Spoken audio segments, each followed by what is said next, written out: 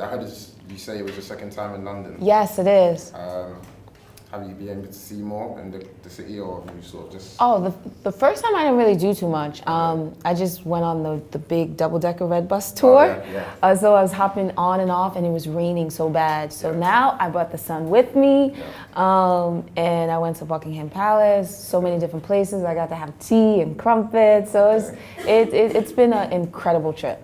Oh, okay. Have you been into like the urban areas and stuff? Or Yeah, I went to Brixton. Oh, yeah. Wildin' Out had, Nick Cannon had an event there. So yes, that's as far as I've gone so far. Okay, now that's pretty much into South London. I sort of just want to pick your brains today in terms of like your concepts and stuff like that. So first off, I wanted to just ask, you started off by doing media and you sort of digressed into marketing. How was you able to maintain both industries? Because even though it sort of works together, but it's got different, expectations. It's definitely about it being able to infuse both. Okay. So what I set out to do early on is I said I'm going to come into, the great thing with media is it opens doors and allows you to go in any direction that you choose. Yeah. So I made sure that I mastered one skill, and once I got to that point, people entrusted me with everything that I've done online, that they're going to give you a chance to do something else. So it really was just about mastering my one craft, and then deciding to do other things. It's just like a trial and error type of thing. Yeah, because from what I've read, you've been a multitasker. So, how do you, like you said, do you bring it under one roof, but is it something where you sort of say, oh, I'm going to focus a bit more on this, or I'm going to... I started out focusing on one thing. See, that's the thing, is like now, it's like, this is the millennial of the slashers, where everyone is something, but that's not, I started out as a blogger, and there's nothing wrong with that. And then once I mastered that and got to a certain place, I said, okay, now I'm going to start a digital media company. And then from there, I want to become an influencer. From there, I want to become a philanthropist. Then from there, I want to become an author. It was just about slowly building the brand and who I was as an individual, but I started with one thing. One thing. Yeah. Okay, so it's fair to say that your network sort of helped your net worth. How was you able to sort of bring it, again, under one roof for brands? Because now we're going external. People know that you're very well connected. But how do you sort of paint that picture to brands to say, oh, I'm good for it. I can make your brand more X, Y, Z? It's really about what's out there now. Like, I don't have a resume, but I have my analytics. I have my media kits and my one sheets and samples and examples of work that I've done in the past. So they're able to see that. So, that's what sets me apart a lot from other influencers, because when they're going to hire people, they'd be like, hey, we want to reach out to you about maybe working this campaign. I don't go, oh, okay, great, here's my fee. I'm like, thanks so much for reaching out. Depending on what the company is, I'm like, these are the things that I can offer you. I already give them examples on how we can work together, organic ways to do stuff. And I'm like, well, here is my one sheet. So you're familiar with, who my audience is, how much, their income, the reach that I have and what I've done in the past. And they get excited by that because they're like, whoa, did she just make our job easier? And it works. Okay, so is that how you put the Carol Civil brand together, was it? It was just about making myself stand out and offering more information. You give more than you take. It's not like, oh, okay, well, this is my fee and just give me this and I'll do some tweets. I just never wanted to just make it about a paycheck. I was about building relationships, ongoing relationships. And, a company, for instance, that I worked with, Hudson Jeans, I'm not a fashion blogger, and they worked with a lot of fashion bloggers in the past. And what was great working with them around the Christmas holiday is, I let people know, people are like, oh, I love your jeans, I love this. I created a campaign around the holidays that worked.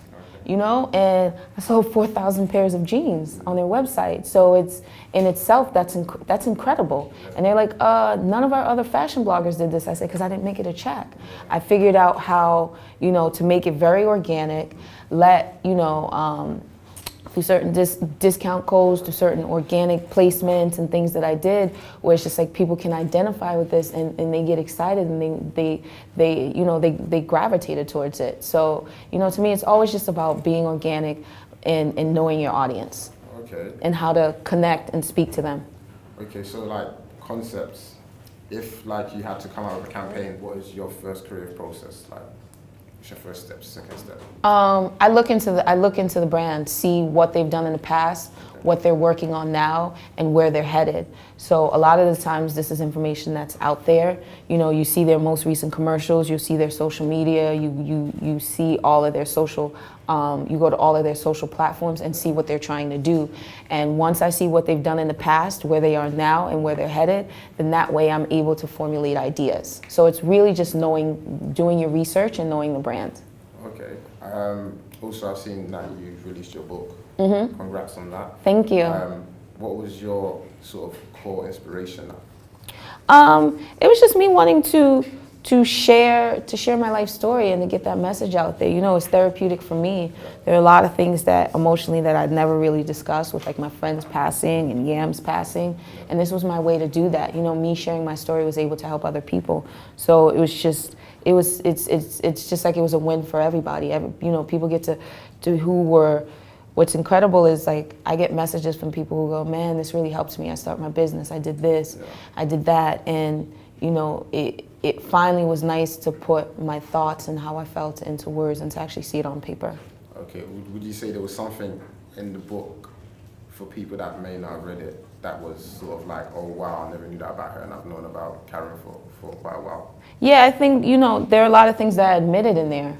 You know, and it's just like I spoke my truth. I talked about my depression.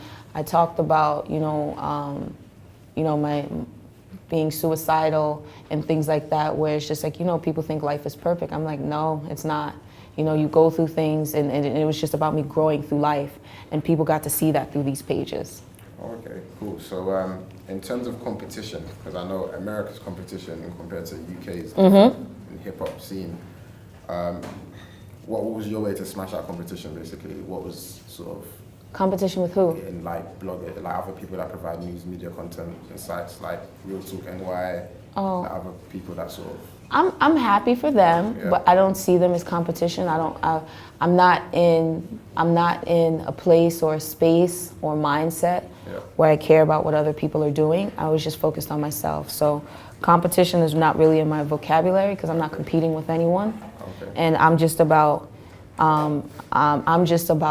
growing and becoming better and just focusing on myself. So I can't even really answer that question because it's just like, you know, these are my peers.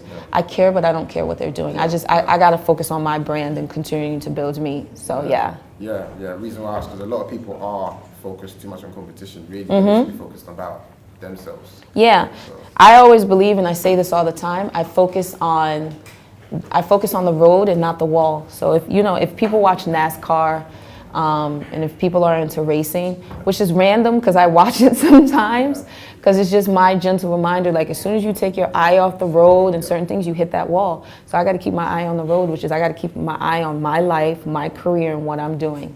Okay. Yeah. So Life Talks have brought you to London. You looking forward to tonight? Yeah, I'm really excited about this. You know, I'm very excited that, you know, I was able to partner with Velma on this, and you know, this is her first one, and I know she's going to continuously do this, and it's just great to be the first one. You know, and this is something to me that London needed, because you have a lot of creatives and there's a lot of creators here, but a lot of people don't know each other, and you know, it's like you guys see each other on social media, and to have you guys in the same room having the conversation, and it's something that's incredible. So I'm just excited to be a part of it. Great. Well, I'm looking forward to it, and thank you for talking with me today. Thank you. Nice to meet you, Karen. Nice to meet you too. Okay.